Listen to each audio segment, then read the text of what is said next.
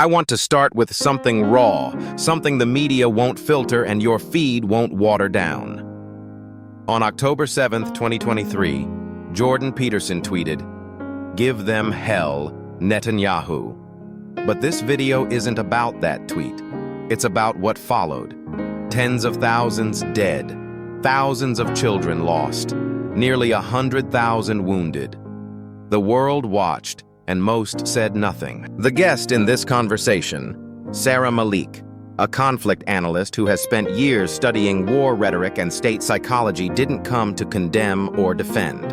She came to challenge the mindset that justifies destruction as necessary progress. Today, we're not just unpacking global events. We're asking what this says about our collective conscience, and more importantly, what it says about you. This isn't just politics, it's personal. Because the way we justify violence at scale often mirrors how we justify our own silent compromises. And if you're here for daily motivation, this is where it begins. Not with comfort, but with confrontation. Stay with us. Speak in the comments. What responsibility do individuals hold in the wake of catastrophe? This is only the beginning. War responsibility and the illusion of righteousness. We live in an era where destruction is often framed as duty, where moral certainty becomes a mask for brutality. On October 7, 2023, the world witnessed another tipping point. But let's be honest, most of the world didn't witness it. They watched the headlines, chose a side, and scrolled on. Death became a data point. Children became statistics. Entire neighborhoods turned to rubble, while arguments raged online, safe from the debris. Jordan Peterson's tweet, "Give them hell." Netanyahu wasn't just controversial, it was revealing. It was a window into a deeper problem. Not just political bias, not just ideological blindness, but the ease with which we cheer for force when it aligns with our fears. That's where the real danger lies. Not in leaders making decisions under pressure, but in the collective applause that follows those decisions without questioning their cost. But here's where it gets harder. The moment you take a stance, you're responsible for its consequences. And when the dust settles, you don't get to say, "I didn't know." If your words add fuel to a fire, you're part of the burn. And if you remain silent in the face of suffering, you're not neutral, you're complicit. This isn't a guilt trip. It's a wake-up call. Daily motivation isn't always about pushing through a workout or chasing a business goal. Sometimes it's about moral courage, the kind that makes you sit with discomfort, ask difficult questions, and own your perspective fully. Most people avoid that. They run to narratives that protect their ego. But every time you escape hard truth, you surrender a piece of your integrity. The philosopher Leonard Cohen once wrote, "There's no decent place to stand in a massacre," and that's true. But there is a decent way to think, a decent way to speak, and a decent way to act when the world unravels around you. You may not be able to stop a war, but you are responsible for the war within you. The battle between empathy and indifference, courage and cowardice, clarity and chaos. And how you respond to that inner conflict that defines your character more than any political stance ever will. So let's turn the lens around. What beliefs have you been defending just to feel safe? What ideologies have you borrowed without scrutiny? How many times have you chosen silence just to avoid friction? You want power. You want clarity. Then start with ownership.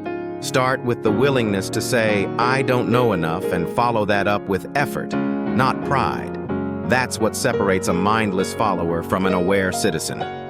That's what turns noise into purpose. Because here's the truth.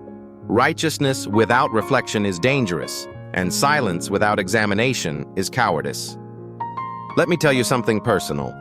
A man I once knew, a teacher, a father, a quiet believer in peace, used to say, "If your truth costs someone their life, be damn sure it was worth it." I never forgot that because it forces you to weigh your convictions on the scale of consequence. And in a world this divided, we desperately need that kind of humility. So what do? We think before we shout. We question before we post. And we measure our words like they could start fires because they can. That's where real daily motivation begins. Not in hustle, not in hashtags, but in the discipline to be deeply human, when everything around you tempts you to become mechanical, tribal, or numb.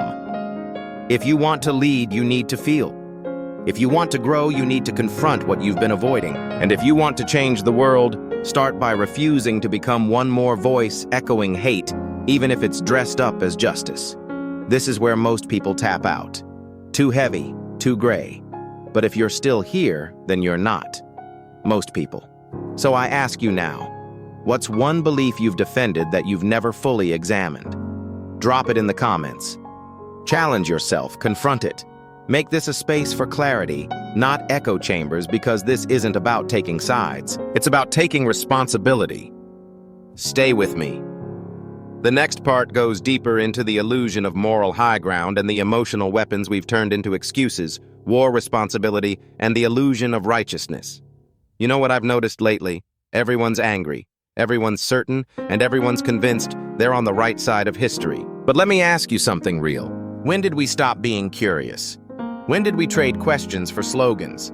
It's easy to scream when you're in a crowd, it's easy to chant when someone hands you the words, but what happens when the lights go off and it's just you and your thoughts? What happens when you realize maybe, just maybe, you haven't really thought it through? That's what keeps me up sometimes. Because I see it on college campuses, in online debates, even in quiet dinner tables that turn hostile over a headline. We've lost our patience for nuance. We want everything clean, binary, good versus evil, us versus them. But the world doesn't work like that. People don't work like that. And war definitely doesn't work like that. You think dropping bombs on cities is a solution. You think silence is neutral. Come on. We know better, or at least we should. But here's where it gets harder. Sometimes we don't want truth. We want comfort. We want the thrill of being right. And so we follow the tribe.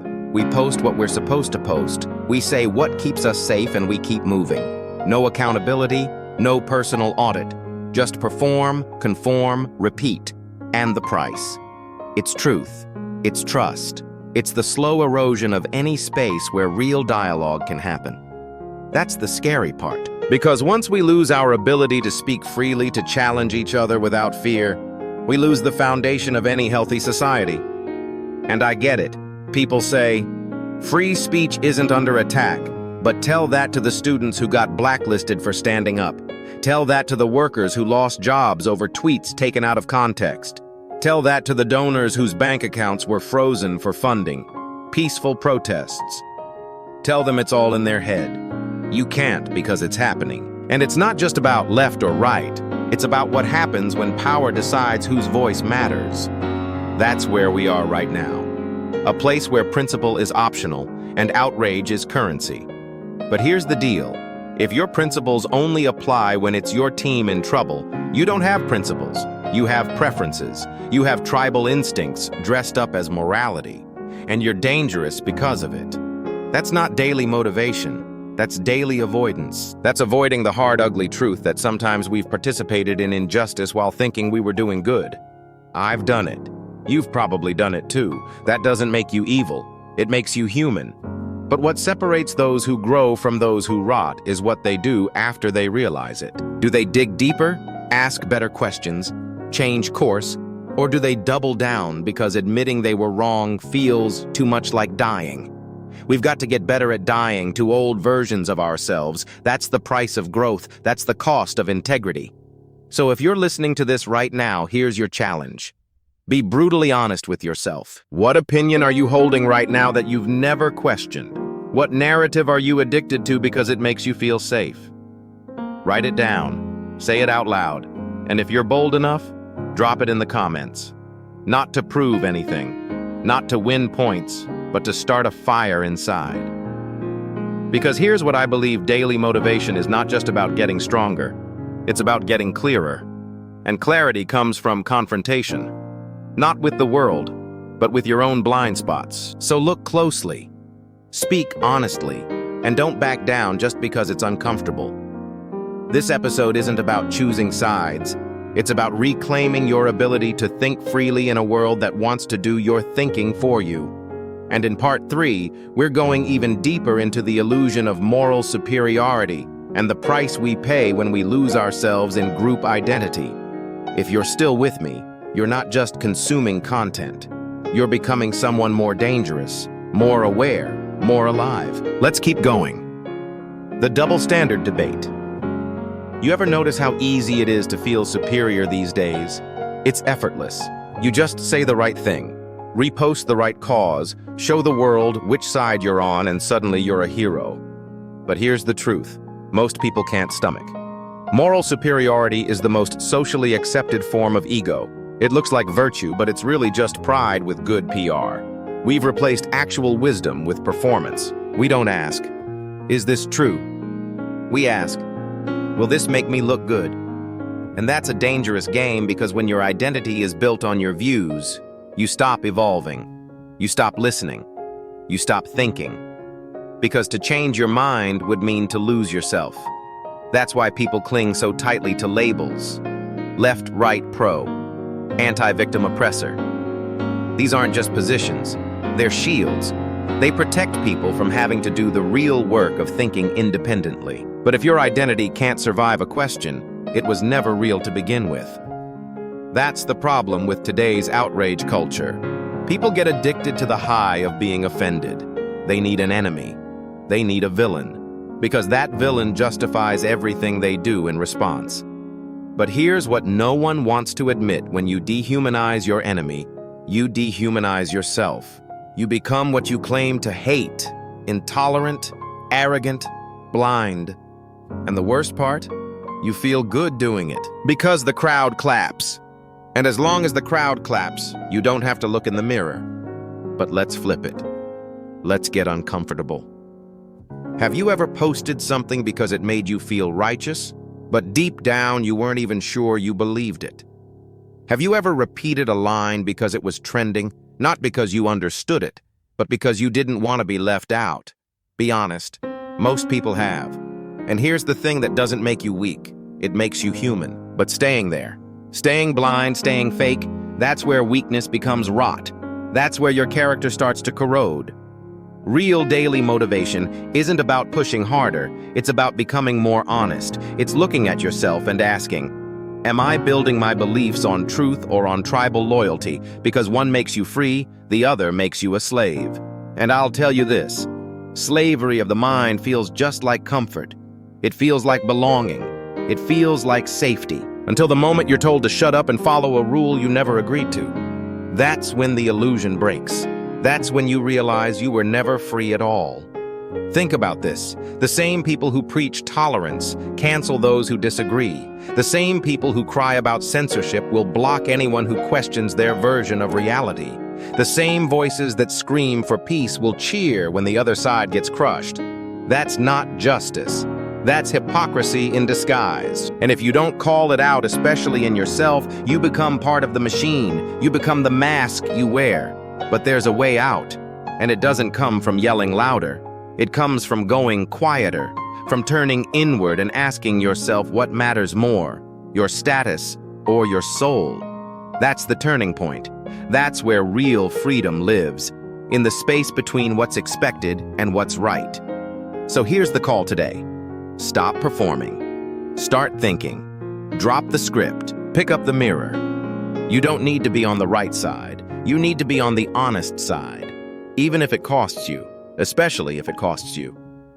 Because the moment you start telling the truth, your truth, you will lose some people. That's a fact. But you'll gain something far more valuable yourself, your clarity, your courage, your voice. And in a world of parrots, your voice is rebellion. So I want you to ask yourself one thing. What have I been pretending to believe just to fit in? Say it out loud. Write it down. Or better yet, leave it in the comments. Let this space be different. Let it be real, because real is rare, and rare is powerful. And in part 4, we're going to talk about power, the kind that comes from within, not from a platform, the kind that doesn't need applause to act with conviction. If you're ready to stop following and start leading, meet me there, because we're just getting started. The bigger battlefield. Let's finish this right.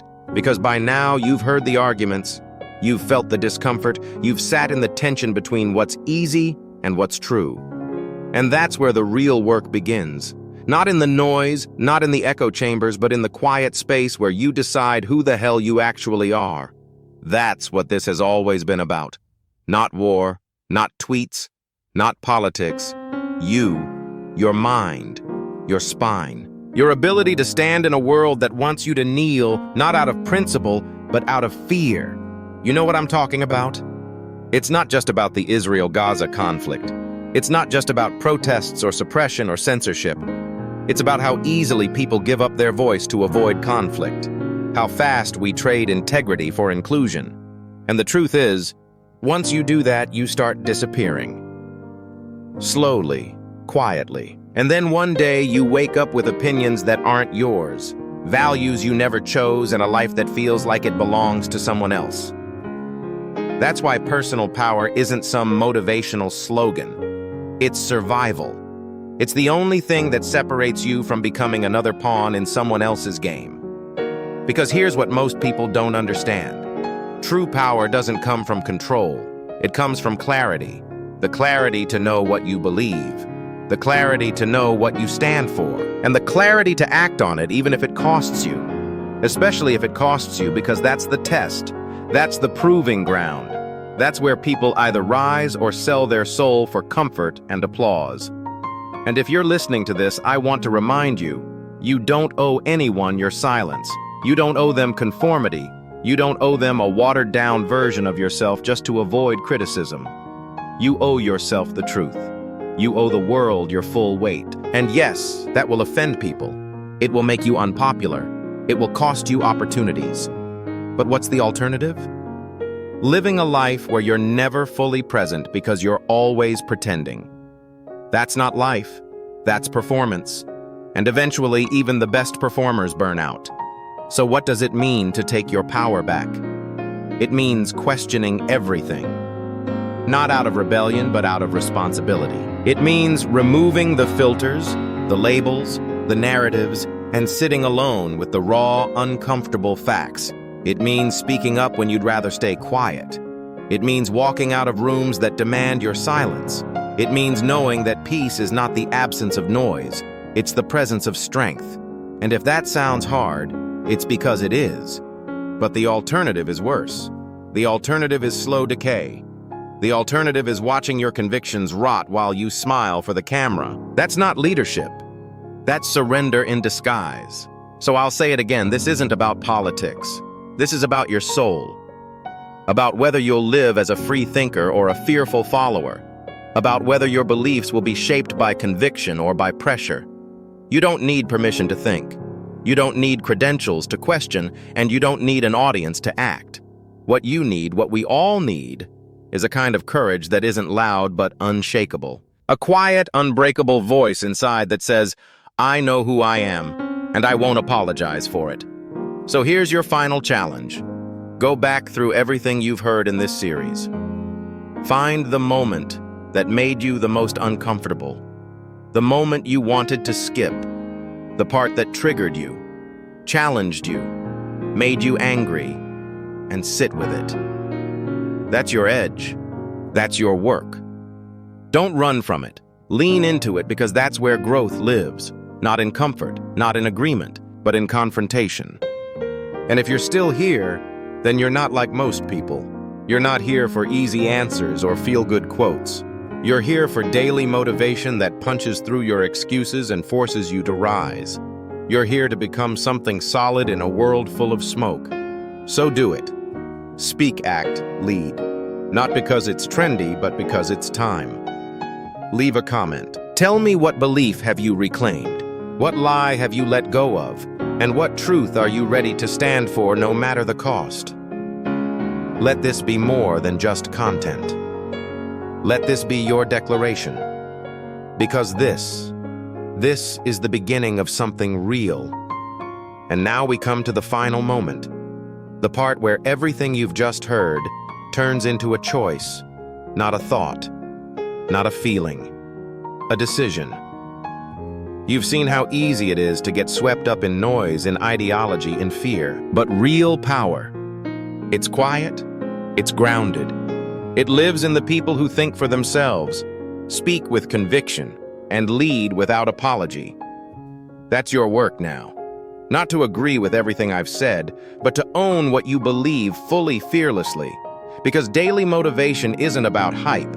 It's about showing up with integrity, even when no one's clapping, even when it costs you. So here's my challenge to you. Drop one truth in the comments, something you've realized, reclaimed, or finally confronted. Be the spark for someone else. This is how we rise, not by being louder, but by becoming sharper, clearer, more real. And if this hits something in you, share it. Because the world doesn't need more noise. It needs more people who think deeply, speak honestly, and act with purpose. That's what daily motivation really means, and it starts with you right here, right now.